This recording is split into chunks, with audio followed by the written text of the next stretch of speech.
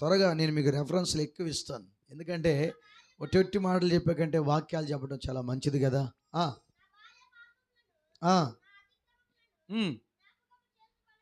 అయ్యా, ఏంటంట ఏం గుర్తొస్తున్నాయి అంటే ఈయనకి, నా బాల్యకాలం పాపములో నా అతిక్రమములను జ్ఞాపకం చేసుకోవద్దయ్యా, అవి జ్ఞాపకం చేసుకుంటే నీ ముందు నేను ఎందుకు పనికిరానయ్యా. ఏమన్నాడు? బాల్యకాలంలో చేసిన పాపాలు ప్రభా గుర్తు చేసుకోవద్దయ్యా అంటున్నాడు.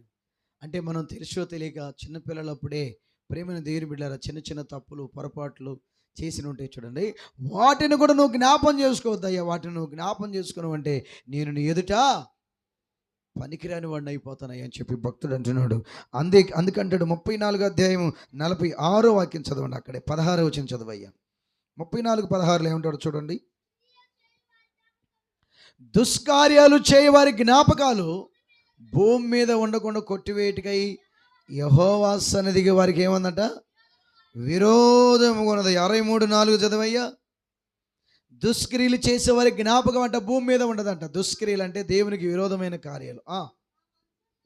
నా మంచం మీద నేను నిన్ను జ్ఞాపం చేసుకున్నప్పుడు, రాత్రి జాములందు నేను నిన్ను ధ్యానించుచున్నప్పుడు నాకు కొవ్వు మెదడు దొరికినట్లుగా ఉందయ్యా అన్నాడు. Praise the Lord. అంటే ఆయన వాక్యాన్ని మనం ఏం చేసుకోవాలంట చెప్పండి? జ్ఞాపకం చేసుకోవాలి. ఈయన అంటాడు, నేను రాత్రి జాములందు నీ వాక్యాన్ని నేను ధ్యానిస్తున్నప్పుడు, నేను జ్ఞాపం చేసుకున్నప్పుడు నీ వాక్యమే ఆయనకి ఎట్లా ఉందంట? కొవ్వు దొరికినట్లుగా ఉందంట. కొవ్వు టేస్ట్గానే ఉంటుందిగా, మెదడు కూడా మనకు తెలియదు ఏముందో, తలకాయలు తెచ్చుకొని తింటలా కొంతమంది. స్తోత్రం చెప్పాడు. హల్లెలూయా. అరే బక్కదాన్ని కొయ్యబాకరా, కోస్తే బలిసిందానే కోయండి అంటారు. ఎందుకు చెప్పండి? దాంట్లో ఏమన్నది? కొవ్వు ఉంటుందని. ప్రేమైన దేవుని బిడ్డలారా, ఆయనకి దేవుని వాక్యాన్ని జ్ఞాపం చేసుకుంటే కొవ్వు, ఈయన నిజంగా ఎక్కువ తిన్నోడయ్యను బట్టి ఆ టేస్ట్ ఆయనకి అర్థమైంది. దేవునికి మహిమ కలుగును గాక. గట్టిగా చెప్పండి హల్లెలూయా. అంటే వాక్యాన్ని మనం అలా జ్ఞాపకము చేసుకోవాలి.